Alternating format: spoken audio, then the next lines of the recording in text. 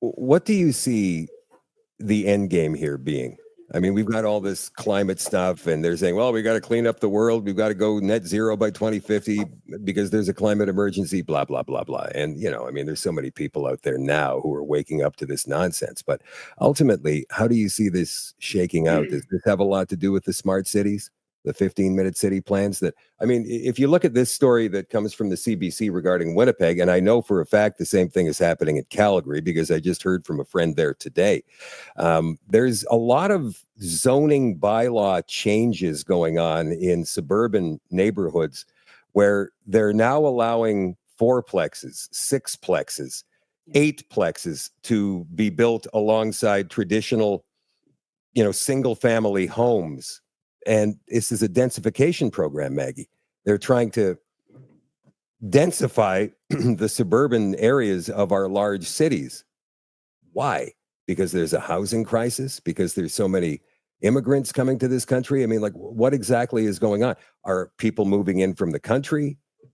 Farmers that have sold their farms, are they coming in from rural areas? Are rural areas shrinking? Exactly how is this going to play out? What do you see happening here?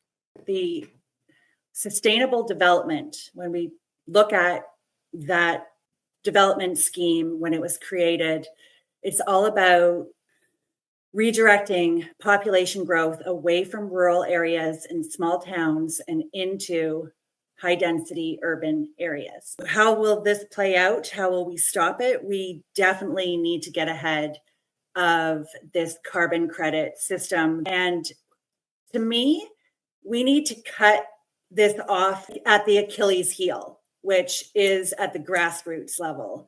So if we can target and get this message to municipal councillors across the country, they are the ones who can cut it off at the point where it's actually being implemented. And I think that we can do it.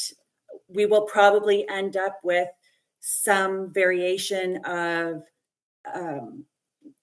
smart cities at the end of the day, because we're moving into a technological era and there will always be some of that. But if we can cut them off from having that kind of influence on rural communities and small towns, then we will essentially put a stop to their agenda fully implementing, in my opinion.